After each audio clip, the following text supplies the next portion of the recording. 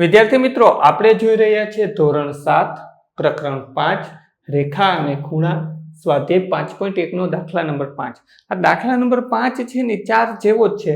એમાં આપણને કોટી કોણ પૂછ્યો તો આમાં આપણને પૂરક કોણ પૂછ્યો છે. તો ચાલો વિડીયોની શરૂઆત કરીએ. અને એ પહેલા તમે જો જ્ઞાન વિશ્વ ઉપર નવા છો અથવા તો હજી સુધી જ્ઞાન વિશ્વને સબસ્ક્રાઇબ નથી કરી, નીચે આપેલા સબસ્ક્રાઇબ બટનને ક્લિક કરો, બાજુનું બેલ આઇકન પણ દબાવો.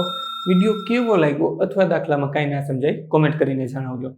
હવે આપણને એવું કીધું છે કે એવો ખૂણો ગોતવાનો છે કે જેનો એના પૂરક કોણ જેટલો જ હોય. તો આપણે પ્રકરણ નંબર 4 યાદ કરીએ. એમાં આપણે ધારી લેતા હતા. તો આપણે લખીએ, ધારો કે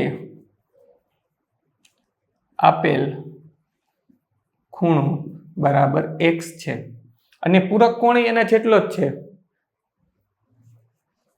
અહીં પૂરક કોણ સમાન હોવાથી આપેલા ખૂણાનો પૂરક કોણ બરાબર x. જો અહીંયા આપણને એવું કીધું કે જે ખૂણો મળશે ને એવો જ એનો પૂરક કોણ છે. તો આપણે ખૂણાને x ધારી લીધો અને એનો પૂરક કોણ પણ કેટલો ધારી લીધો? x. હવે આપણે એક નવું સેન્ટેન્સ લખીએ કે પૂરક કોણ કોને કહેવાય? કે જે બે ખૂણાનો સરવાળો 180 થતો હોય તેને પૂરક કોણ કહેવાય. જે બે ખૂણાનો સરવાળો 180 અંશ થતો હોય તેને પૂરક કોણની જોડ કહેવાય. તો અહીંયા આપણે આ બંનેનો સરવાળો કેટલો થવો જોઈએ? તો કે 180 અંશ. તો આપણે લખીએ તેથી x અંશ વત્તા x અંશ બરાબર 180 અંશ.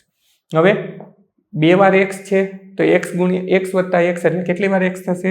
તો કે 2x બરાબર 180 અંશ. અહીંયા અંશ ના કરો તો ચાલશે. 180 અંશ. x ને સૂત્રનો કરતા બનાવીએ તો x બરાબર 180 ના છેદમાં 2. છેદમાં 2 શું કામે ગયા? તો કે ગુણાકારના સંબંધમાં હતા, બરાબરની આ બાજુ લઈ ગયા ભાગાકારના સંબંધમાં. 180 ના શું ભાગ પડશે? તો કે 90 ગુણ્યા 2. 90 દુ 180. ભલે 180 ને ડાયરેક્ટ નું આવડે કઈ નહીં, 18 ના તો આવડે ને.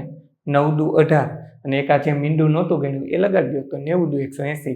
2 અને 2 કેન્સલ થઈ ગયા તો આપણને x ની વેલ્યુ મળી. x બરાબર મળી આપણને 90 અંશ. તો આપણે લખીએ માગેલો ખૂણો અથવા તો આપેલો ખૂણો 90 અંશનો હશે. આપેલ ખૂણો x બરાબર 90 અંશ થશે, હશે, જે લખવું એ લખી શકાય. વિડીયોને પોઝ કરી 5મો દાખલો પણ તમારી નોંધપોથીમાં ઉતાર્યો. ત્યાર પછી વિડીયો ચાલુ રહેવા દેજો. 5મા પછી 6થો દાખલો ફોટોની એક લિંક સ્વરૂપે આપી દઈશ. ટચ કરશો એટલે જોઈ શકાશે. સ્વાધ્યાયના બધા જ દાખલાની લિંક નીચે ડિસ્ક્રિપ્શનમાં પ્લેલિસ્ટની લિંક આપેલી છે, ત્યાંથી પણ તમે જોઈ શકશો.